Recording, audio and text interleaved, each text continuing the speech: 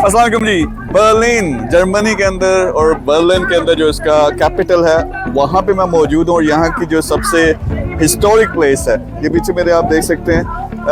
तो यहाँ पे मतलब इसकी हिस्ट्री तो कई सौ साल पुरानी है, लेकिन ख़ास तौर पे जब हॉलोकॉस्ट हुआ था तो एक हिस्टोरिक प्लेस है क्योंकि यहीं पे आके वो जो विक्ट्री हुई थी इत्तेहादियों की और फिर सारे नेशंस जो हैं वो जमा हुए थे। यहाँ पे अभी एक था हॉलोकॉस्ट यानी नाज़ी, आपको पता है कि वो जो सिस्टम था किस तरह 60 लाख जो हैं यहूदी मारे गए थे इस सारी चीज़ में। ये प्लेस बिल्कुल ट्रांसफॉर्म हुई। ट्रांसफॉर्म होने का मतलब ये है कि अब ना सिर्फ ये यूनिटी ह्यूमैनिटी की बात करते हैं, बल्कि अभी पीछे देखें तो एक डेमोन्स्ट्रेशन हो रही है इधर, जो कि ना सिर्फ इंसानों के बल्कि ये वीगन कम्युनिटी है और ये क्या कहते हैं मैसेज दे रहे हैं कि जो जानवरों को ना खाओ यानी गोश्त ना खाओ, क्योंकि ये जानवरों पे जुल्म है। तो इस तरह की चीज़ें यहाँ पे बहुत ज़्यादा होती रहती हैं। गर्मी है थोड़ी सी 25-26 टेम्परेचर, तो कपड़े अगर कम हो तो वो प्लीज़ माइंड ना कीजिएगा। तो ये तो इस तरह से यहाँ हर वीकेंड पे कुछ ना कुछ होता रहता है। जर्मनी का सेंटर है, यहाँ पे आया तो आप ये ज़रा देख लें कि सारे एक पूरा इन्होंने रेक्टेंगल बनाई हुई है और सामने उनके पास वो माइक्रोफोन है, उसमें सारा जो है ये पूरी दुनिया को दिखा रहे हैं। सेंट्रल लोकेशन इस तरह की सिलेक्ट करते हैं मैसेज कम्युनिकेट करने के लिए।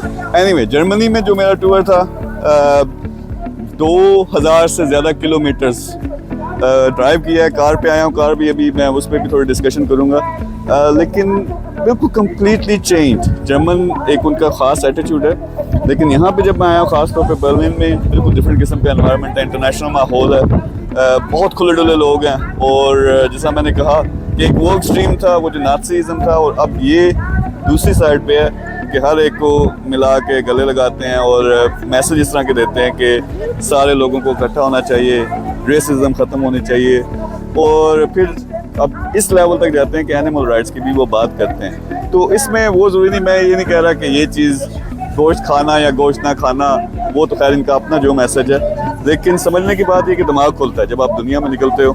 तो तारीख़ी यहाँ का आप देखें कि बेशुमार लोग हैं, टूरिस्ट हैं जो यहाँ पे आए हैं। तारीख़ी लोकेशन पे हम मौजूद हैं। जर्मनी की जो हिस्ट्री है बहुत पुरानी है, हज़ारों साल पुराना मुल्क है, लेकिन फिर ख़ास तौर पे हिटलर की वजह से सारे जानते हैं। और क्या हुआ, वो यहूदियों का जो कत्ल हुआ, उसके बाद इत्तेहादियों ने शिकस्त दी, उसने खुदकुशी की। बहुत सारे यहाँ पे प्लेसेस हैं जो मैं घूम भी रहा हूँ। मैं कोशिश करूँगा तस्वीरें लूँ, वीडियो बनाऊँ, आपको भी थोड़ा थोड़ा उनके बारे में बताऊँ, लेकिन this is the central place. एक दो मेरा और जिनका यहाँ पे क़याम है, जो भी वीडियोस बनेंगे आपको अपडेट भी करते रहेंगे।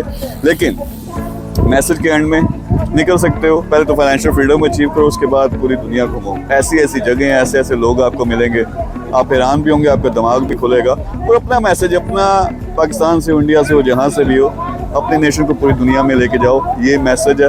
तो यहाँ अगर आप दुबई में आएँ तो ब्रांडनबर्ग, ये इंग्लिश में मैं प्रोनाउंस कर रहा हूँ, जर्मन में बिल्कुल प्रोनाउंसिएशन जो है वो बिल्कुल डिफरेंट है। यहाँ भी लाजमी आएँ, आपको मिक्स किस्म का यहाँ पे कल्चर मिलेगा, एक डिफरेंट किस्म की वाइब मिलेगी। तो एनीवे, अगले वीलॉग तक, अगली वीडियो तक आपसे इजाज़त चाहता हूँ, फिर मिलेंगे। Thank you very much, bye bye.